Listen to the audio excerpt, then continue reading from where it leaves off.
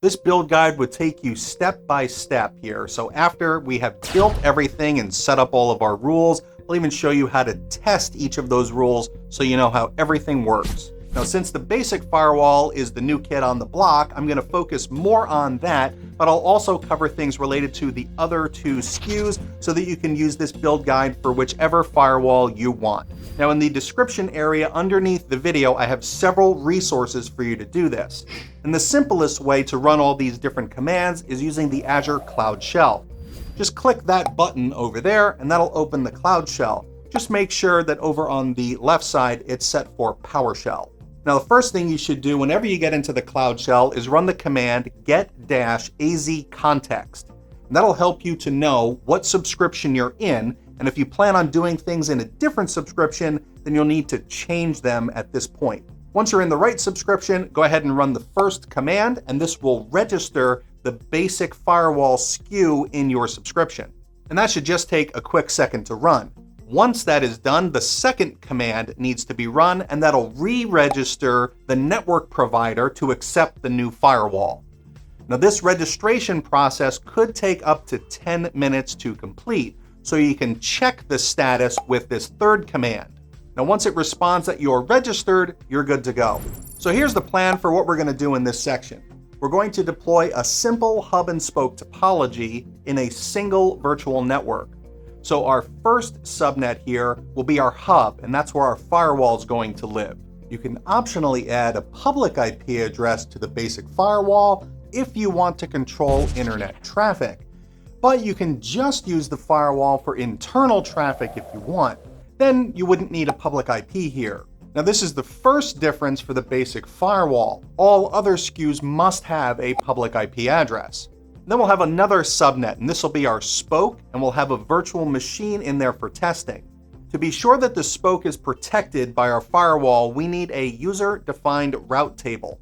This will change the normal routing of Azure and send all of your spoke traffic over to the firewall. Then on top of the firewall, you'll be building a policy, and that'll contain all of the rules for this lab. Something else that's unique to the basic firewall is you'll need another subnet called Azure Firewall Management Subnet. This will segment the management traffic of the firewall from any incoming traffic that you were writing your policy rules for. You'll get a network card with a private IP address on that subnet, and before you ask, no, you can't log in and access the firewall with this.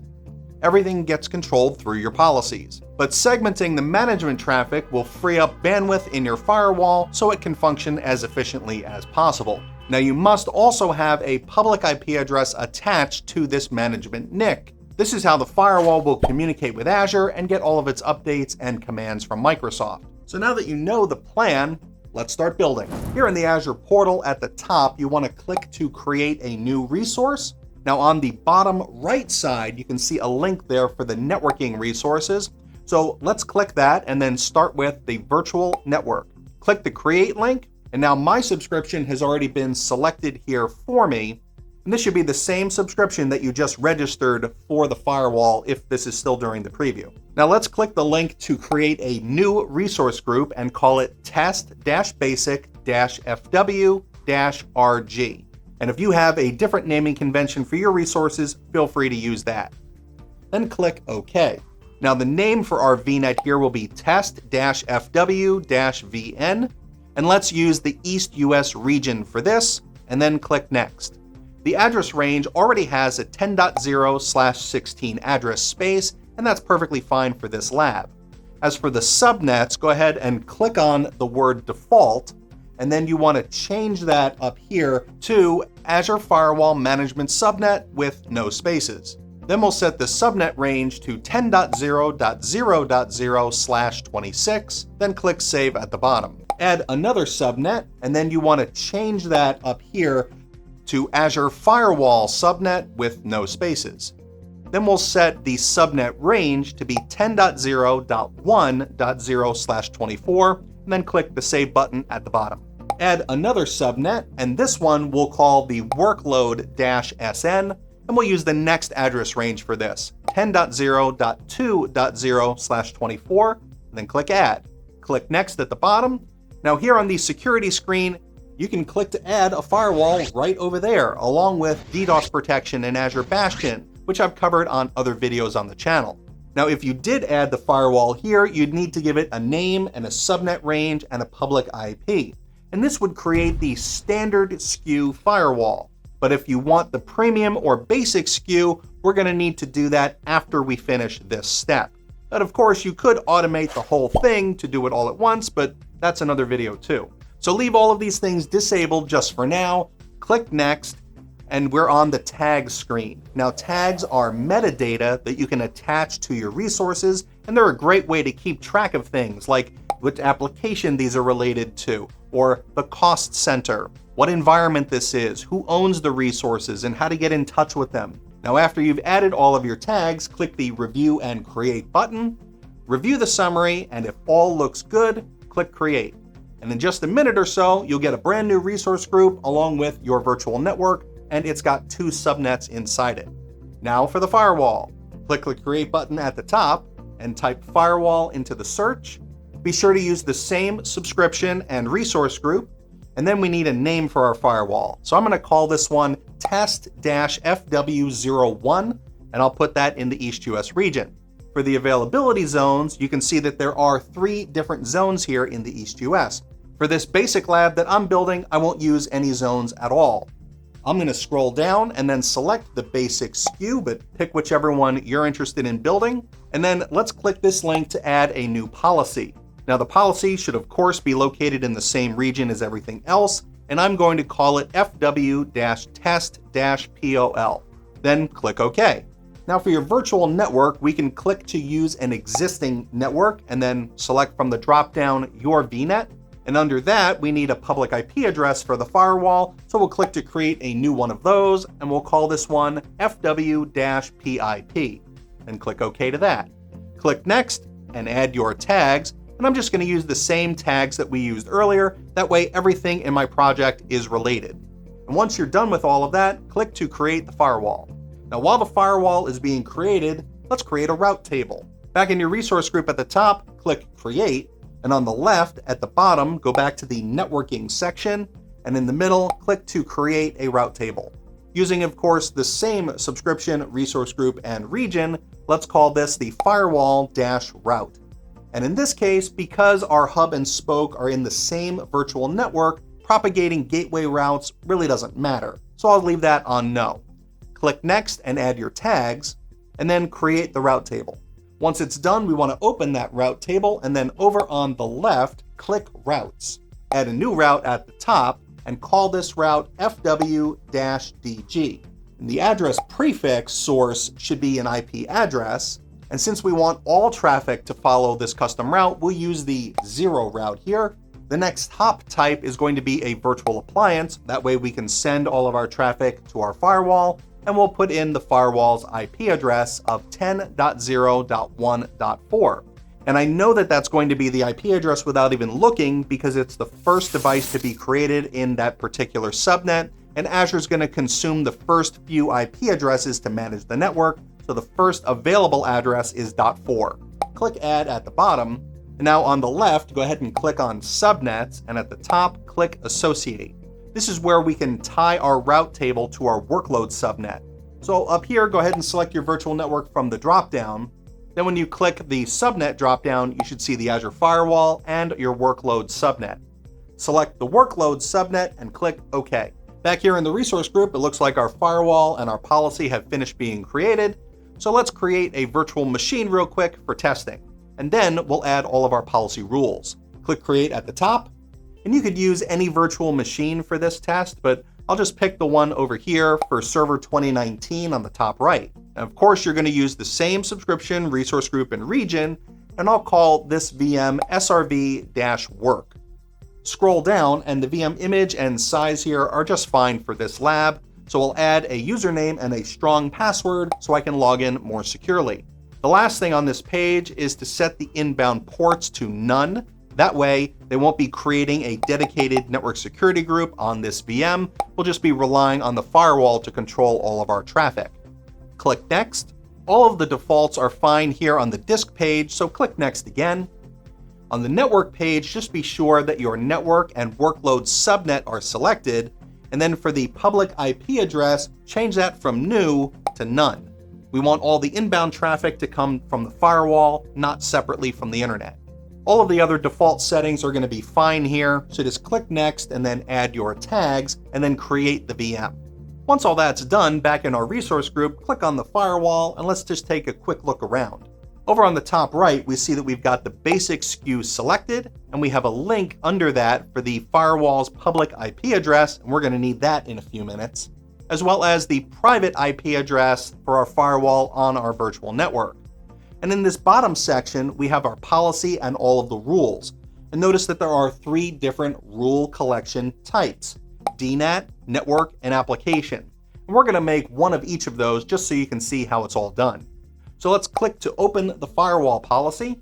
And on the left, let's start with the application rule. Click the Add Rule Collection at the top. And all 3 of these different rule types have the same basic layout here. Our rule collection is going to need a name, so how about app-coll01? The rule collection type in this case will be application. The priority is going to be 200, and this will be a allowed rule type, which means that if you also want deny rules, that should be a separate application collection for those. And our rule collection group here would be the default application rule collection group. For our first rule, let's call this allow-Google.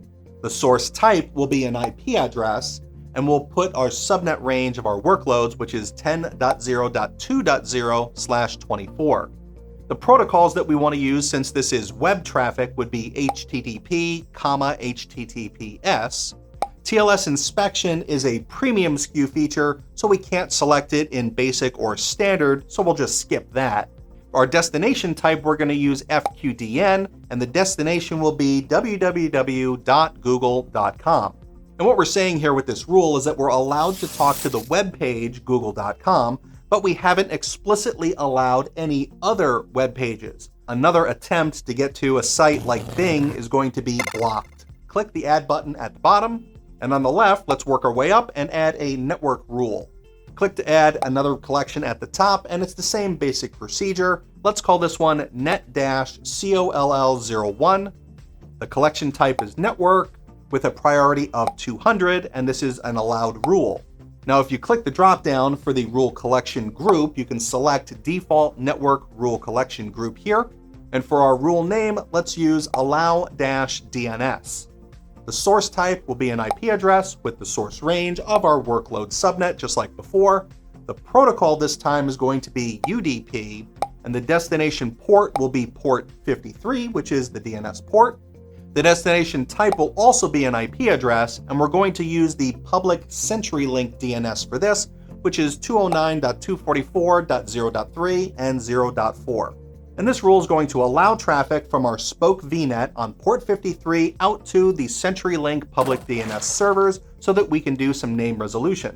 And that's going to work even though we can't actually get to any websites other than Google. Click Add at the bottom, and let's add the last type, which is a DNAT rule. Add the collection. We'll call this rule, just for something different, RDP. The collection type here is DNAT. The priority is 200, and the collection group will be the DNAT rule collection. In the name of this rule, I'll use RDP-NAT. The source type is an IP address, but for the source, we're actually going to use the asterisk, which means all IP addresses, since this traffic is going to come from the internet. The protocol here will be TCP, and the destination port is the RDP port, and that's 3389. Scroll over to the right, and now we need a destination IP address, and this needs to be the public IP address of the firewall. Now, I don't know what that is offhand. It's not like the private ones that you can just predict. So we need to look it up. Now over there, you can see the breadcrumb trail, and if you right-click on Test FW01, we can open that in a new tab. So back in our firewall here on the right side, click the firewall's public IP address, and then copy that address on the right. Then we can go back to our rule and paste that IP address as our destination. And the translated address is going to be for the VM that's in our workload subnet. And since it's the first VM in that subnet, it's going to be 10.0.2.4. And the translated port is going to be 3389. and this will allow RDP traffic from the internet to come into the firewall and then be redirected over to our VM in the spoke. Click Add at the bottom and then go take a look back at our firewall. You can see in the bottom section here that our policies now are populated with one of each different rule type. So now we've got 3 different things we can test. Now back in our resource group, before we do the testing, there is one little tweak that I want to show you. And this is not at all needed to make the firewall work. And since I don't have another DNS server in this lab, I want to configure my VM to use those CenturyLink public DNS servers to resolve some IP addresses for us. So go ahead and click on the network card, and then on the left, go to DNS servers, and we're going to change that to use custom, and then add one of these CenturyLink public IP addresses on each line, and then click Save at the top. Now notice also this banner up here that says that these DNS settings will not take effect until the VM is restarted. So let's jump back to our virtual machine, and at the top, click the Restart button. Now after the reboot is done, you're ready to do some testing. So open your RDP client, and then put in your firewall's public IP address to connect. And if you got logged in, that means your DNAT rule is working. So let's open a web browser and try going to bing.com. And if you see this action deny message like I have, that means your application rule is working. And just to be sure, let's go to google.com, and we can see that everything's working just fine. 2 down, 1 to go. For this one, let's open a command prompt, and I've typed in ipconfig here /all so you can see my DNS servers, and they do show as the CenturyLink public DNS servers, and we know the DNS update to our network card was accepted. So now I'll open NSLookup and go to portal.azure.com. You can see that this is using the CenturyLink IP to resolve, and it does return a response proving that our network rules are working as well. Now that you know how to build all of the firewall types, maybe you want to learn more about what's under the hood. You can go and click right here to learn about that, or maybe you want to learn more about the premium firewall features. You can find that one right over there. It's up to you. Either way, happy learning.